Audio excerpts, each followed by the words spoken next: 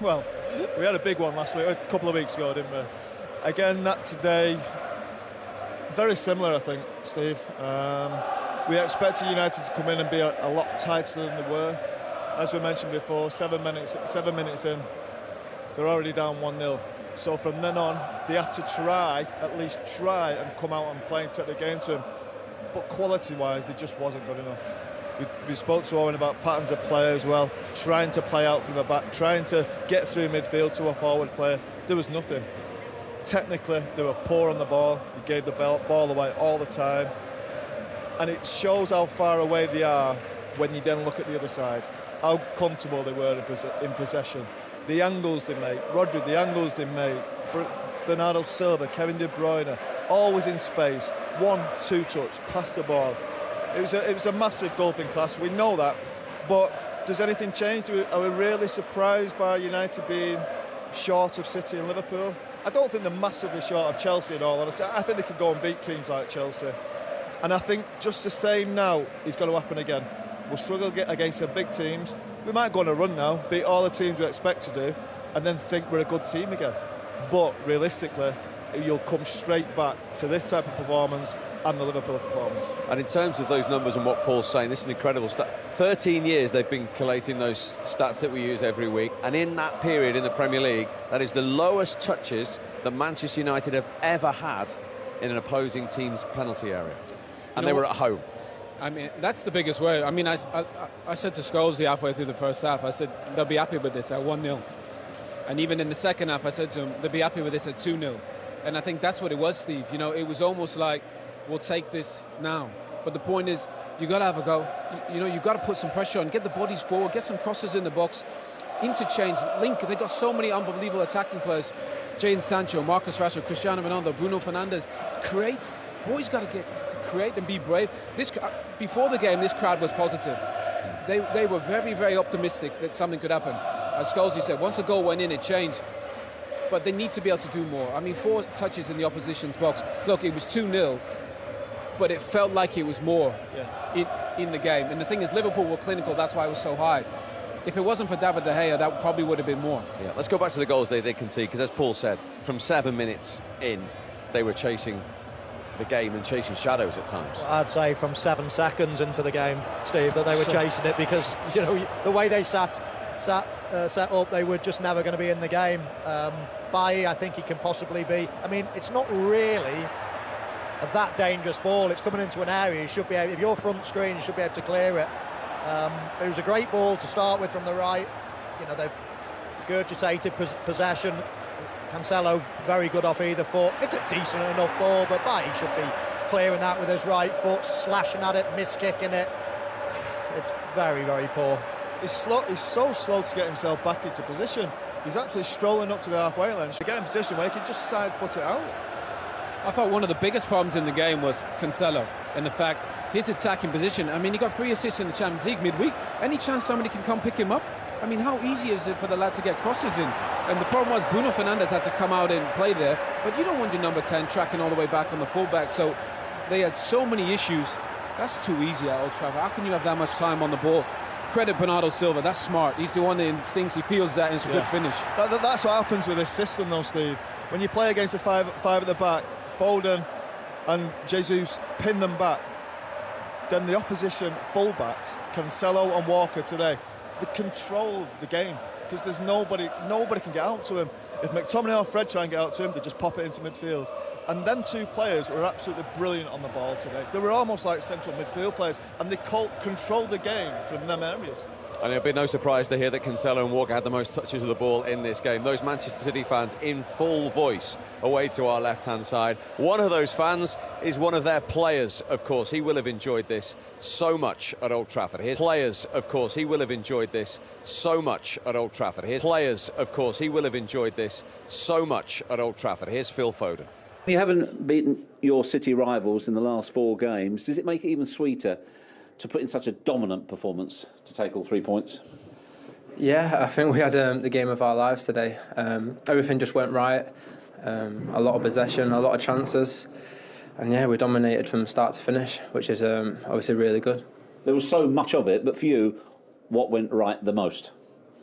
The possession and picking the right times when to hurt them and the spacing behind. So, yeah, really pleased. How integral to the plan as well was the pinning back of their wing backs as well, which you were involved in? Yeah, you know, me and Gabby just got told to try and press the full backs, because obviously it's difficult when they play 5 at the back. And then we had Kevin Bernardo pressing as well, and it worked. Tactically perfect, Phil Foden says today. They were very good. I mean, very rarely are they not tactically perfect. Let's get it right. Pep Well, they weren't Guardiola, last week against Crystal Palace, were they? No, but Pep Guardiola is a tactical genius. I mean, don't get me wrong, he's got all the best players, but Manchester United have collected a fantastic array of players, but they don't look like a team. Whereas Pep Guardiola, whatever team he manages, they've got a distinct style of play. And I think that's what you look for in a manager and a coaching team is to put your impression, your imprint. I was just about to say, team. so if you're Manchester United manager today, that's not a surprise to you what City did. No, City have been doing that for years. But what is So? a surprise? You turn up and you see Manchester United and you don't know what formation they're going to play. They're collecting a load and load of players, all these great players from around the world, and they're going to play. They're chopping and changing all the time. I mean, you've got to have a vision. You've got to be able to see further than the end of your nose and think, right, this is the way we're going to play, no matter what. We're going to buy players for these positions, right? And now let's go and play that position. If things go wrong, if you concede 5 against Liverpool, you don't think, right, the defence is rubbish, let's just go and put one more player in there. It's ridiculous. And I'll go back to what Jurgen Klopp did at Liverpool, and he's the best exponent at it.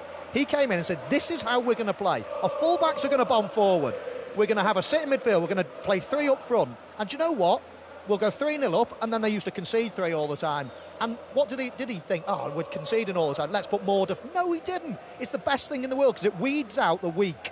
The poor players get weeded out because they get exposed in a formation. All Ole Gunnar Solskjaer does, as soon as there's a weak player, let's cover for him, let's put even more defensive. And in the meantime, you're buying hundreds of millions of pounds worth of players. It's like, you don't do that. Weed out the weak. If you're not good enough, go and get someone else. But in the meantime, go through the pain barrier because this is how we're going to play. This is how we're going to play, no matter what. So all they're doing at the minute is just covering for weaknesses and looking at the next week. Oh, good team, let's just play loads of defenders. Oh, bad team, let's play loads of attackers. It's rubbish. That's not how you go about attackers. It's rubbish. That's not how you go about things. You have to have a long-term plan. At the minute, Manchester United going one Wednesday to the next Saturday, just step by step. They're a bit good. Oh, let's panic. Let's play loads of... That's not how you do it. You've got to have a long-term plan. Weed out the rubbish if that's the case. But you've got to go through a bit of pain on the way because Man United aren't, mid-table Premier League team. If their target is the top of to win the league, then that's how they've got to do it. They're not going to do it by just us lot sitting here and thinking, do you know what? He's going to play defensive again today because he's playing against a better team. We're talking about Man United here. I can't stand there and we all agree that's what was going to happen, but I can't accept that that's the right thing that's going to happen. Yeah, I know what Michael's saying. A conviction has to come from your coach of a way you're going to play football.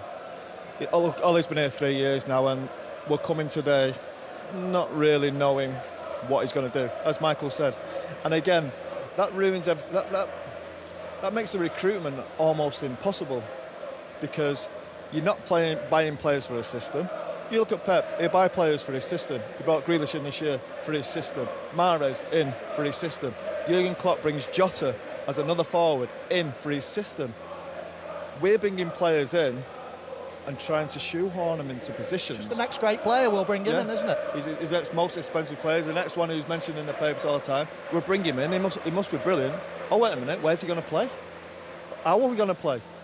And 3 years down the line, that's... Well, you've seen on the pitch. You've seen the evidence on the pitch, haven't you? Today and 2 weeks ago. We're a long way off. As Michael said, I do think we've got a group of good players, but they now all he has to convince himself, not himself, he has to convince everyone that he's the right man to find the right formation for this team. Stop messing about changing it for everybody else as we keep on doing.